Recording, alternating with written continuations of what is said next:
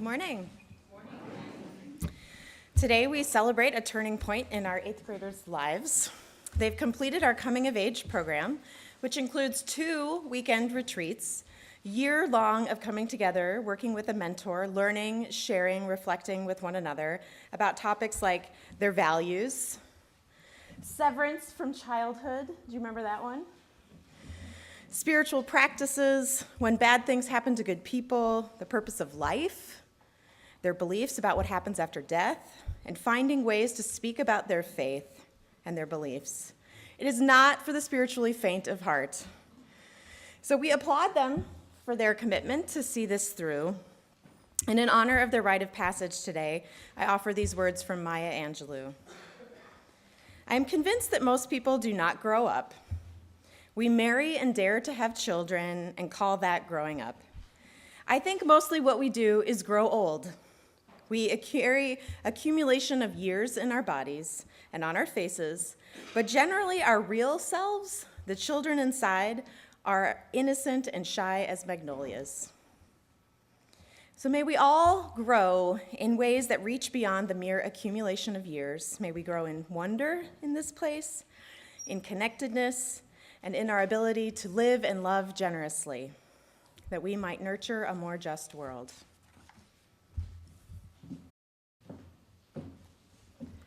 This past year, the Coming of Age program has provided our 8th grade youth with a chance to dive more deeply into our Unitarian Universalist faith. Throughout the year, the youth have had the opportunity to explore their thoughts and beliefs among peers and adult mentors, develop a foundation for lifelong participation in the Unitarian Universalist movement, and to engage in service learning with one another. Also embedded within the program was the time and opportunity for deep, authentic relationships across the generations to develop. Facilitators Harvey Harrison, Sally Buckholt, Scott Emma Sinclair, Jean McCracken, and Petra Lang have led the way this year. The time and energy that this group of people has committed to the program, our youth, and the church is endless, and we thank them. This fall, each youth was paired with an adult mentor from the congregation. The role of the mentor was not only to serve as an adult figure other than a parent, but also someone who would listen to and even challenge their mentee. The youth and their mentor worked on a service project together, spent time together at the Spring Wilderness Retreat at the YMCA camp in Boone, and had class meetings about twice a month. Mentors also played a key role in working with each youth on formulating what has become their faith statement. Rituals and tradition were a vital part of each Wednesday evening, including lighting the chalice and even singing the Hymn of Valor. The Coming of Age program ultimately gave the youth the thought-provoking time and space in which to determine what is morally and spiritually essential for their lives, and how they will interact within this world as they journey toward adulthood. Developing this kind of understanding or faith statement is a practice many adults have not even had the chance or intentionally taken the time to do. With the culmination of an individual faith statement, each week the big questions were tackled. What do you believe about God? What happens after we die? How do you live a moral life? With the help of their families, coming of age facilitators, mentors, and their church community, our youth were able to learn who they are and what they stand for. In conclusion, with the development of the following personal statements of faith.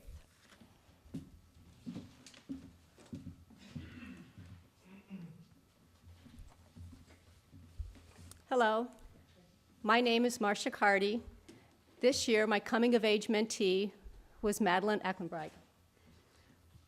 3 words I would use to describe Madeline are friendly, sensitive, and artistic.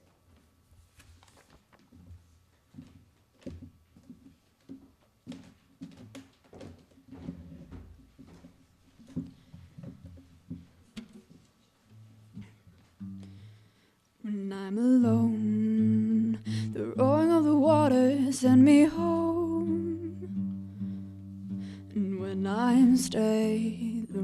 whispers in my ear, you'll be okay. And when I cry, the flowers lose their color, wilt and die. And I sit here, becoming one with all the nature I hold dear. Now I'm lost and alone, where would I rather be? Oh, I'm lost and alone, I'm asking God to help me. There's no reply, but the sky opens up and it rains down on me. I follow the stars late at night, I'm homebound and finally free. And when I am done, the grass weaves a pillow for me by the fire. And when I smile, the sun keeps me warm and happy for a while. Now I'm lost and alone, where would I rather be? Oh, I'm lost and alone, I'm asking God to help me. There's no reply, but the sky opens up and it rains down on me. I follow the stars late at night, I'm homebound and finally free. And I don't know anything about love, about life. And I don't know anything as hard as I try. And I don't know anything about love, about life. And I'll never know anything as hard as I try. So I let nature guide me home. When I'm alone, where would I rather be? When I'm alone, the sky will rain down on me. When I'm alone, I'm asking God to help me. When I'm alone, I'm homebound and finally free. When I'm alone, when I'm alone, when I'm alone, when I'm alone, I'm alone. When I'm alone, I'm homebound and finally free. I'm homebound and finally free. I'm homebound and finally free.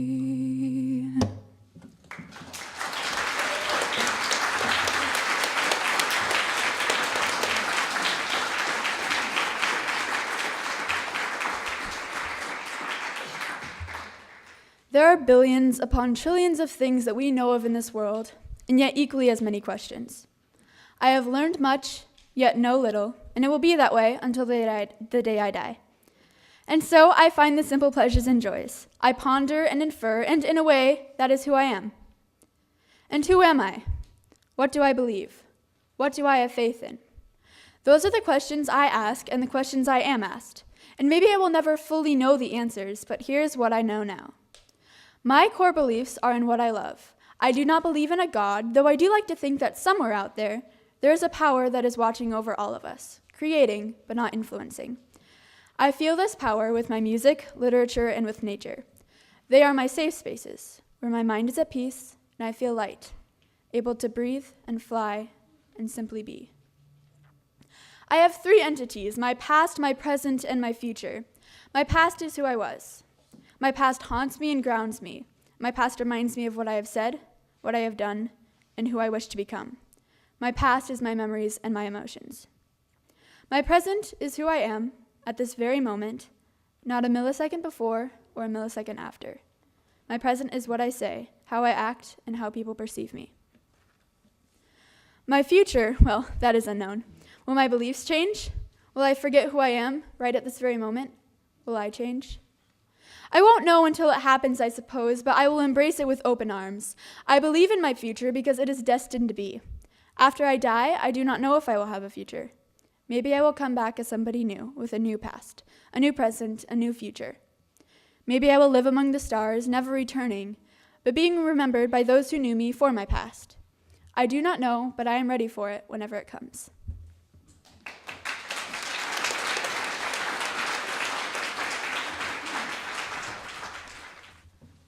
Hello, my name is Jim Carty. This year, my coming of age mentee was Brian Nelson Lind. 3 words that I would use to describe Brian are gentle, honest, and respectful. Congratulations, Brian.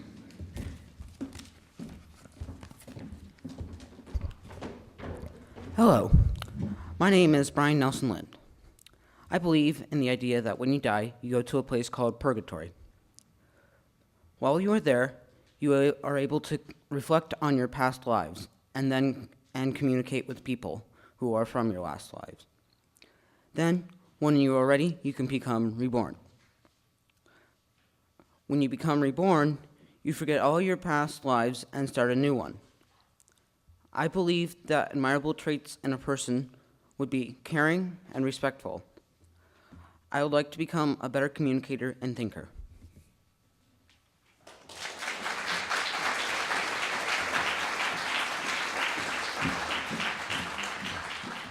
I've never got choked up listening to Over the Rainbow before. Wow. That was amazing.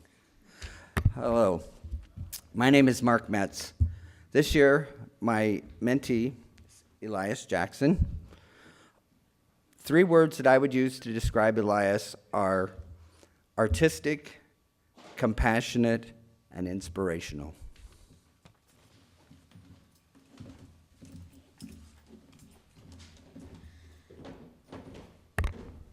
Hi, I'm Elias Jackson, and before I start my faith statement, I want to tell you all a story. 14 years ago, my mom and dad were expecting me and were thinking about names for me. My dad would not accept any of the normal names. He didn't want a Todd or a Tim, nor a Scott or Sid, not as if those names were bad or anything. My mom liked Elias with an I, but my dad thought people would confuse it. Then they met someone named Ly, L-Y, and then decided on a Y in my name instead of an I. And then I came, a curly-haired child whose cries sounded like a cat. This would show one of my strongest beliefs, individuality. I believe that communities are like stained glass windows with each person as a piece. When we stand side by side, we create the mosaic. But when we stand in piles, trying to top one another, we become piles of glass, easily able to fall and smash. But glass alone doesn't make the mosaic beautiful. It needs glue to help each piece bond with and support his or her neighbors.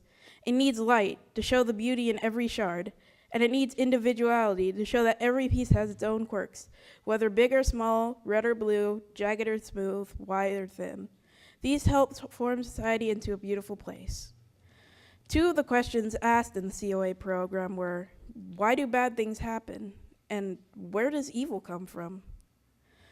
Well, I think that bad things happen because that is us being tested, to see if we're willing to keep going, to stay instead of leaving out of sadness and pain. Evil, however, is when a person decides that their beliefs outweigh others, when they think that they are superior to those all around them. But that kind of thinking creates a broken world. It is as big as racism and as small as bullying and teasing. When it comes to life after death, I believe there is only middle ground, a place where people are judged on their actions, taught about their mistakes. Then they are thrown it back into the world, not as new people, but as conscience, helping the new through the world. So the question I've never truly answered is, what is a UU? Well, I think I can finally answer this. A UU is not just a people pleaser, a group of people whose beliefs are all the world's beliefs. Unitarian Universalism is a connector, a glue that tries to help all religions support each other.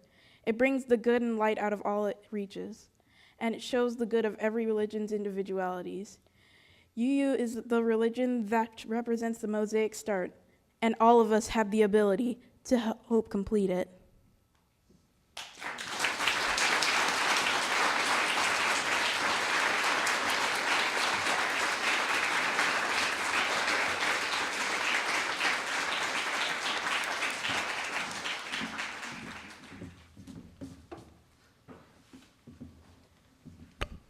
morning. I have the pleasure of introducing today the quiet, introspective, athletic, and phenomenal visual artist, Tevka Lackman.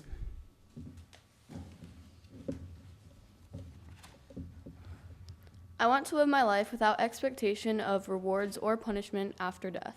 I think beliefs about a higher power are either unknown or unknowable, and I won't be believing in any unless I have solid proof. I have a life I'm living this very moment, and I see no reason why I should waste it preparing for something irrelevant to me. Now for my real face statement, my art.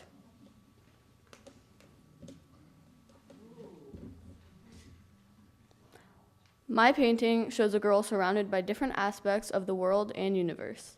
I wanted it to show how big the world is, how many opportunities are out there.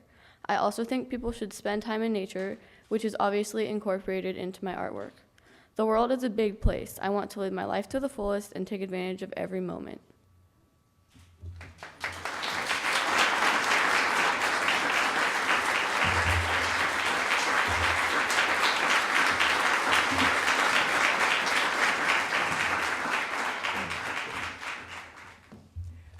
My name's Linda Applegate, and my coming-of-age mentee this year is Rachel Galuzzo. 3 words I would use to describe Rachel are family-oriented, athletic, and thoughtful.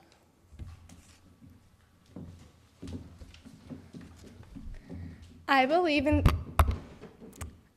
in such a thing as a perfect day. To me, it is a day worth remembering, a day made up of many perfect moments, memories that will last a lifetime.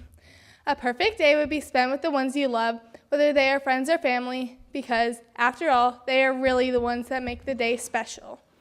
The day would be full of lasting memories, but unlike some people, a few bad moments won't be the cause of a bad day or even ruin a good day. If there are many lasting memories, a few harmless and easily forgettable moments mean nothing. Besides, if we are able to forget the bad parts, then all that we will remember is the good, so I guess that makes it a pretty great day. A perfect day is not a day without faults. It is a memory in which the only parts that stand out are the lovely moments. In order to achieve a perfect day, we must be accepting of the bad memories in order to learn our lesson and let go. My belief not only lies in a perfect day, but also the belief that it is our friends and families that make it perfect.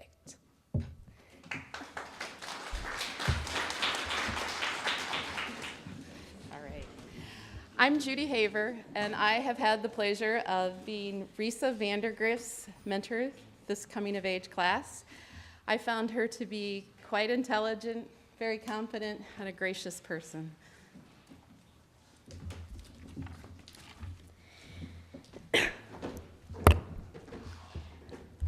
What is the purpose of life? To reproduce, to find happiness, to please a higher power? To live and just die? Sometimes finding purpose can be one of the hardest struggles. Without purpose, there is insignificance, like we don't matter to anyone or anything. I think one of the scariest things is for life to not have a purpose, because without it, what is the point of everything? Life not having a purpose would mean there is no reason to live, no reason to get up every morning and try to do something meaningful. In the universe, we are just a tiny dot. And the whole world, let alone any individual, doesn't matter. But in small communities, to other people, we are not insignificant. No one is insignificant. In time, 1 second or day does not matter as much as whole lives, and collections of lives that create something meaningful. We should think past today and tomorrow and past ourselves. We need to look at the big picture. We may not have purpose as individuals, but as a group, we can do almost anything. We are meant to achieve great things together, not just on our own. We are meant to be part of something bigger than ourselves. We are meant to create something that will outlive us. We need to plant the seeds of change, even though we may never see the garden grow. What we leave behind for whoever comes after us is more important than what we get out of life, although that is still important. So what is purpose? Being part of something is purpose. Changing the world for the better is purpose. Changing one person's life is purpose. Purpose is spreading love and joy, but also finding it. Most of all, we need hope. Purpose is making the world a better place.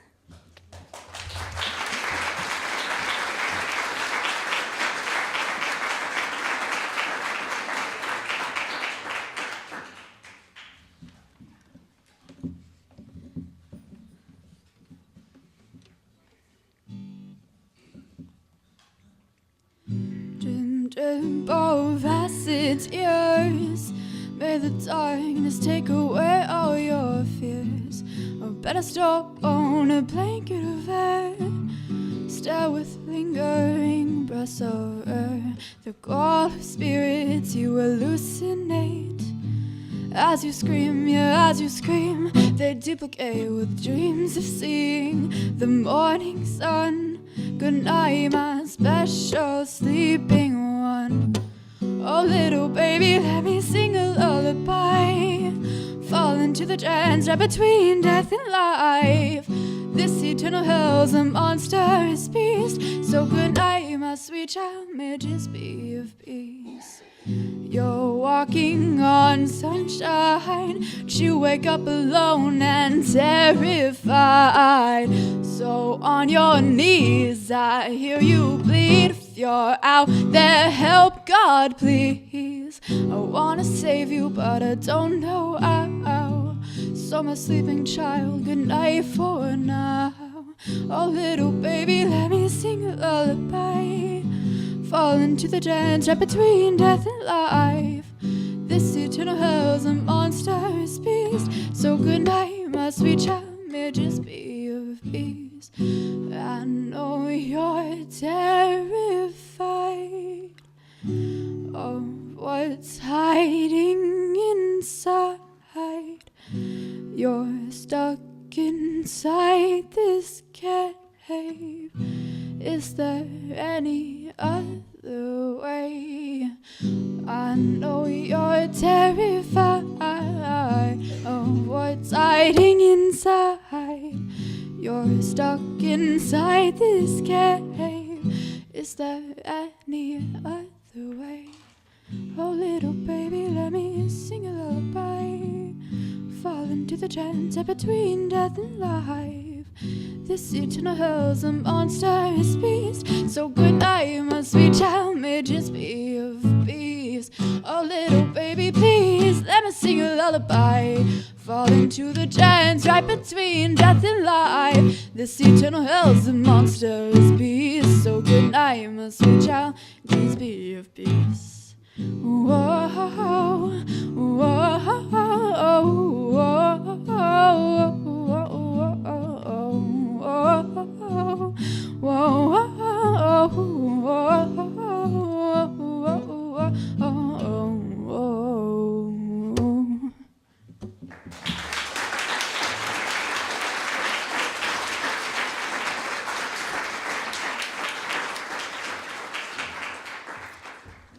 I'm Susan Jellinger.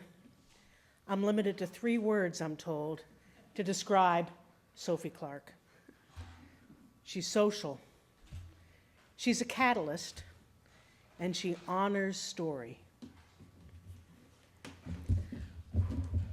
1 minute. Hi, I'm Sophie, and I'm here to tell you, oh my God.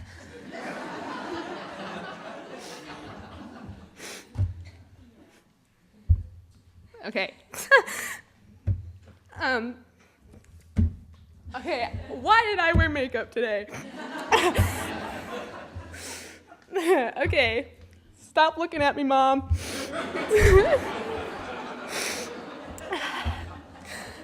Okay, I am here to tell you about my journey in finding my faith. Why am I crying? This is not hard. Okay. What do I have faith in? This question for me has been so difficult to answer. Usually I have no problem answering questions people throw at me, but asking me to encapsulate my faith into words seemed nearly impossible. First of all, I'd never even thought about faith in such a great and deep detail until coming of age. I had never thought that I would need to. For 13 years, I believed faith was only for people that believed in a religious God.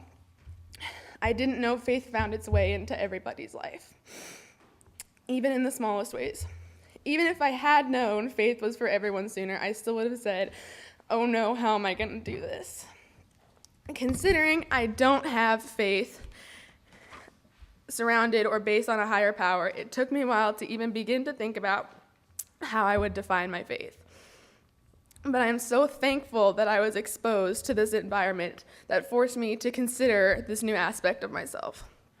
I'm also thankful for the friends that I've made here who have stood by me on my journey through utter self-confusion and self-exploration.